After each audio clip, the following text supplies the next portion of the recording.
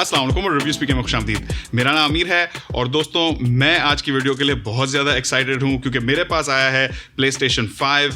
हमारी आज की वीडियो में हम बात करेंगे इसके फीचर्स पे, कैसे ये डिफरेंट है PS4 से, और साथ में मैं आपको कुछ गेम प्ले फुटेज भी दिखाऊंगा। We have Spiderman Miles Morales in the house. और वीडियो में आगे चल के हम बात करेंगे कि पाकिस्तान में PlayStation 5 की प्राइस क्या होने वाली है। PS5 दो एडिशंस में आता है, एक स्टैंडर्ड एडिशन है जिसके अंदर ब्लू-रे डिस्क ड्राइव दी जाती है और एक उससे थोड़ा सस्ता वाला है डिजिटल एडिशन जिसके अंदर आपको सारी अपनी गेम्स डाउनलोड करके खेलनी पड़ेंगी। प्राइस में फर्क तकरीबन $100 का है, यानी कि डिजिटल एडिशन थोड़ा सा सस्ता है। So let's go ahead and check out the PS5।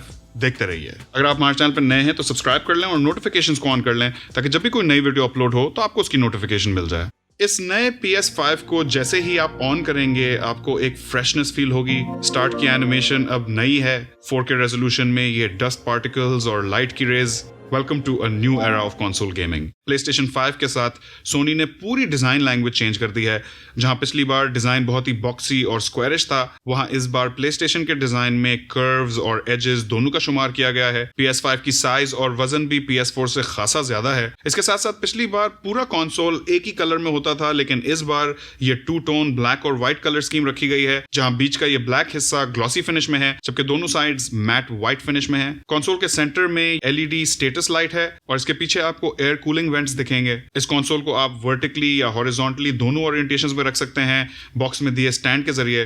अब अगर बटन प्लेसमेंट और पोर्ट्स की बात करें तो कंसोल के फ्रंट पे एक पावर बटन है और एक डिस्क इजेक्ट बटन है जिनके ऊपर PS5 का डिस्क स्लॉट है, और इनके साइड पे है एक USB Type-C पोर्ट और एक USB-A पोर्ट जिससे आप अपना कंट्रोलर चार्ज कर सकते हैं और USB ड्राइव्स अटैच कर सकते हैं। जबकि पीछे वाली तरफ है एक पावर पोर्ट, HDMI पोर्ट, एक Ethernet port LAN cable attach करने के लिए और 2 USB पोर्ट्स। तो ये तो हो गई कंसोल के डिजाइन और पोर्ट्स की बात।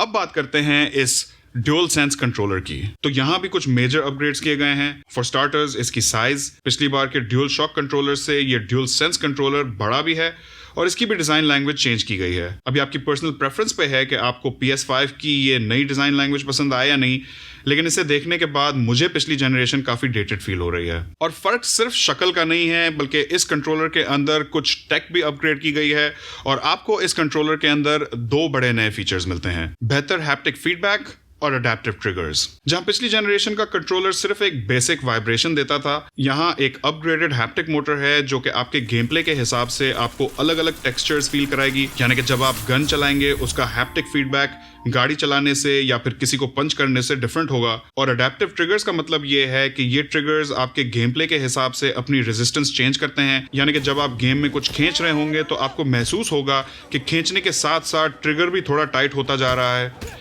जब आप किसी फर्स्ट पर्सन शूटर में ट्रिगर प्रेस करेंगे तो आपको फील होगा कि ट्रिगर पॉइंट पे रेजिस्टेंस ज्यादा है और ये रेजिस्टेंस हर गेम और सिचुएशन के हिसाब से अलग यानी कि अडेप्टिव होगी। इसका एक बहुत जबरदस्त डेमो PS5 की फ्री गेम एस्ट्रोस प्लेरूम में दिया गया है। यहाँ जब मैं ट्रिगर दबाता हूँ तो एक एक्टिवेशन पॉइंट महसूस होता है। इसके साथ साथ पहले की तरह इस कंट्रोलर में भी एक टच पैड दिया गया है, मोशन सेंस भी मौजूद है, एक हेडफोन जैक है, इस बार एक म्यूट बटन भी दिया गया है जिससे आप अपना माइक और गेम की ऑडियो म्यूट कर सकेंगे, और ऑफ कोर्स बैक पे दिए USB पोर्ट को भी अब अपडेट कर दिया गया है, इस बार USB Type-C है। अब अगर बात करें PS5 के स्पेसिफिकेशंस की तो इस कंसोल में जो सबसे बड़े गेम चेंजर्स हैं वो हैं इसकी नई हार्ड ड्राइव। इस बार एक 825 GB की सॉलिड स्टेट NVMe ड्राइव दी गई है और इस SSD की वजह से गेम के लोड टाइम्स बहुत ही कम हैं। जहां PS4 में आपको लोड स्क्रीन्स की आदत सी हो गई थी, वहां इस बार आपको महसूस होगा कि गेम्स बहुत जल्दी लोड होती हैं। इसके साथ साथ CPU, GPU और RAM भी अपडेटेड हैं।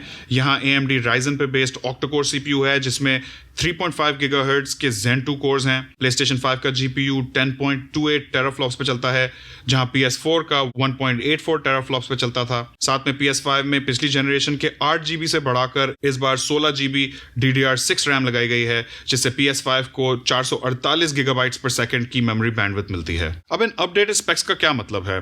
तो पहली चीज तो यह है कि PS5 4K 60 फ्रेम्स पर सेकंड गेम प्ले सपोर्ट करता है। और बात सिर्फ रेजोल्यूशन और फ्रेम रेट्स की नहीं है, PS5 के हार्ड हार्डवेयर से रे ट्रेसिंग और ज़्यादा कॉम्प्लेक्स टेक्सचर्स और शेप्स भी पॉसिबल हो चुके हैं। रे ट्रेसिंग से आपको ज़्यादा एक्यूरेट और रियलिस्टिक रिफ्लेक्शन दिखते हैं। बाउंस्ड लाइट और शैडोज भी ज़्यादा रियलिस्टिक फील होते हैं। अगर आप Spiderman Miles Morales high Fidelity setting पे खेलें तो आपको हाई क्वालिटी और 30 फ्रेम्स पर सेकंड का फ्रेम रेट मिलेगा। वहाँ आपको इन चीज़ों से बेहतर इमर्जन फील होगा। ना सिर्फ इस गेम का एनवायरनमेंट बहुत ही वसी है, बल्कि इसमें आपको बहुत ज़्यादा डिटेल भी दिखेगी और ज़्यादा रियलिज्म फील होगा। अगर आप इस गेम को परफॉर्मेंस मोड पे खेलें तो रे ट्रेसिंग और टेक्सचर्स थोड़े टोन डाउन होंगे, लेकिन आपको फुल 4K 60 FPS का गेम प्ले मिलेगा। तो PS5 के साथ आपको इधर उधर थोड़ी बहुत लिमिटेशंस का सामना करना पड़ेगा, खासकर अगर आप एक हार्डकोर गेमर हैं तो। लेकिन एटलीस्ट ऑन सम लेवल इसमें आपको 4K at 120 फ्रेम्स पर सेकंड का भी सपोर्ट मिलता है और 8K गेमिंग का भी सपोर्ट मिलता है, जैसा कि इन्होंने अपने बॉक्स में मेंशन किया है। ऑब्वियसली लिमिटेशंस होंगी, हर गेम 120 हर्ट्ज पे नहीं चलेगी और आपका टीवी भी 120 हर्ट्ज कंपैटिबल होना चाहिए। और जहां तक बात है 8K गेमिंग की, तो वहां तो मेरे हिसाब से बहुत सारी लिमिटेशंस होंगी, क्योंकि इसका हार्डवेयर एक कंसोल ग्रेड हार्डवेयर है, ये कोई high level PC gaming hardware नहीं है। लेकिन ये सोचें कि एक कंसोल जो 8K गेमिंग सपोर्ट करता है वो 4K गेम्स कितनी अच्छी चलाएगा। बाय द वे PS5 का फैन नॉइज भी मुझे कोई ज़्यादा नहीं लगा। PS4 का फैन नॉइज बहुत ज़्यादा होता था, खासकर जब आप गेम खेलना शुरू करते थे तो आपको फील होता था कि काफ़ी शोर आ रहा है। लेकिन PS5 का मुझे काफ़ी हद तक ऑपरेशन साइलेंट लगा, मुझे इतना ज़्यादा फैन नॉइज ने तंग नहीं किया। PlayStation 5 आपको $500 के प्राइस पॉइंट पे एक बहुत ही ज़बरदस्त गेमिंग एक्सपीरियंस देता है। This really is the next step in console gaming और मैं बहुत ही एक्साइटेड हूँ ये देखने के लिए कि गेम डेवलपर्स इन नई हार्डवेयर कैपेबिलिटीज़ को कैसे लेवरेज करते हैं और हमारे लिए ज़्यादा इमर्सिव और रियलिस्टिक गेम प्ले लाते हैं। और जाहिर है कि PS5 अभी ही लॉन्च हुआ है तो इसकी गेम्स की लाइब्रेरी काफ़ी लिमिटेड है, लेकिन आने वाले वक्त में आप इसका ट्रू पोटेंशियल सामने आता देखेंगे। और of course PS5 backwards compatible है, तो आप इस पे अपनी सारी फेवरेट PS4 की भी गेम्स खेल सकते हैं अगर आप चाहें तो। अब आखिर में बात करेंगे PlayStation 5 की प्राइस की। तो PlayStation 5 का स्टैंडर्ड एडिशन $499 का है इंटरनेशनली, जबकि डिजिटल एडिशन $399 का है। लेकिन क्योंकि PlayStation 5 ऑफिशियली पाकिस्तान में लॉन्च नहीं हो रहा, इसे हमें इंपोर्ट करना पड़ता है। और क्योंकि अब ज़्यादातर प्री ऑर्डर्स की सप्लाई इंटरनेशनल मार्केट में चल रही है, तो यहाँ भी सप्लाई बहुत ही लिमिटेड है।